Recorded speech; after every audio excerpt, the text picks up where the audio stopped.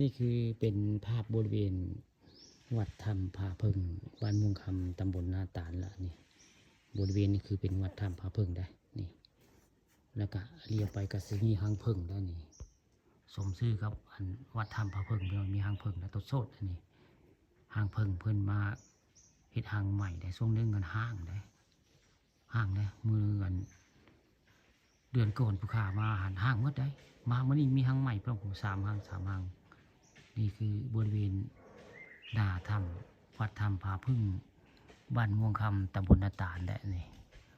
ความสูงของหน้าผานี่ก็ประมาณ20 เมตรพี่น้องประมาณวัวเช้ากับ15 เมตรประมาณนี้แหละนี่คือเป็นภาพ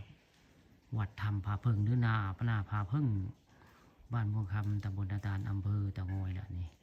บรรยากาศภายในถ้ำก็มีพระหลายได้นี่พระหลายได้นี่ก็คือ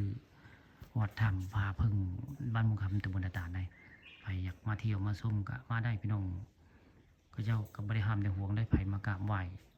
บริเวณผาพึ่งนี่ก็คักในบรรยากาศนี่คือเป็นภาพบรรยากาศในถ้ำได้นี่คือถ้ำวัดถ้ำผาพึ่งบ้านม่วงคำตำบลนาตาล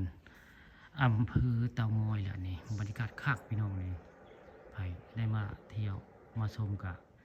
นี่แหละคือเป็นวัดถ้ำผาพึ่งได้อันมองลุกทางต้นนานั่นกะมองนั่นกะดำทางต้นนามองนั่นจะมีเป็นลุมเป็นวูกันไปนั่นกะว่าประวัติอาจารย์เปาคนน้องมองนั่นเพิ่นเห็นได้เห็นในภาพนึงเพิ่นเห็นว่ามองนั่นคือเป็นมองทางประตูเมืองเมืองพุทธได้อาจารย์เปาเพิ่นเล่าให้ฟังได้ตอนเพิ่นยังอยู่นี่แหละแต่เพิ่นหนีได้เพิ่นเป็นพระธุดงค์ได้อาจารย์เปานี่เพิ่นนั่งอยู่พี่เลี้ยวไปมองนั่นคือเป็นทางเข้าได้ทางเข้าเมืองกับเจ้าของเรานี่อาจารย์เปาเล่าให้ฟังได้เป็นพระธุดงค์เพิ่นเล่าให้ฟังที่นั่นคือเป็นทางเข้าเมืองพุทธเมืองรับแลได้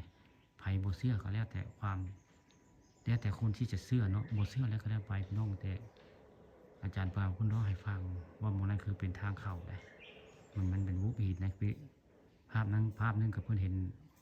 ตอนแรกเพิ่นเนาะนั่นคือเป็นประตูเมืองสาวเมืองพุทธย่างเข้าย่างออกก็นั่นล่ะเพิ่นเนาะสีแล้วก็สีอีกสีตาเพิ่นแล้วก็เห็นนั่นคือเป็นประตูเมืองได้นี่คือประตูเมืองของพุทธละหมู่นี้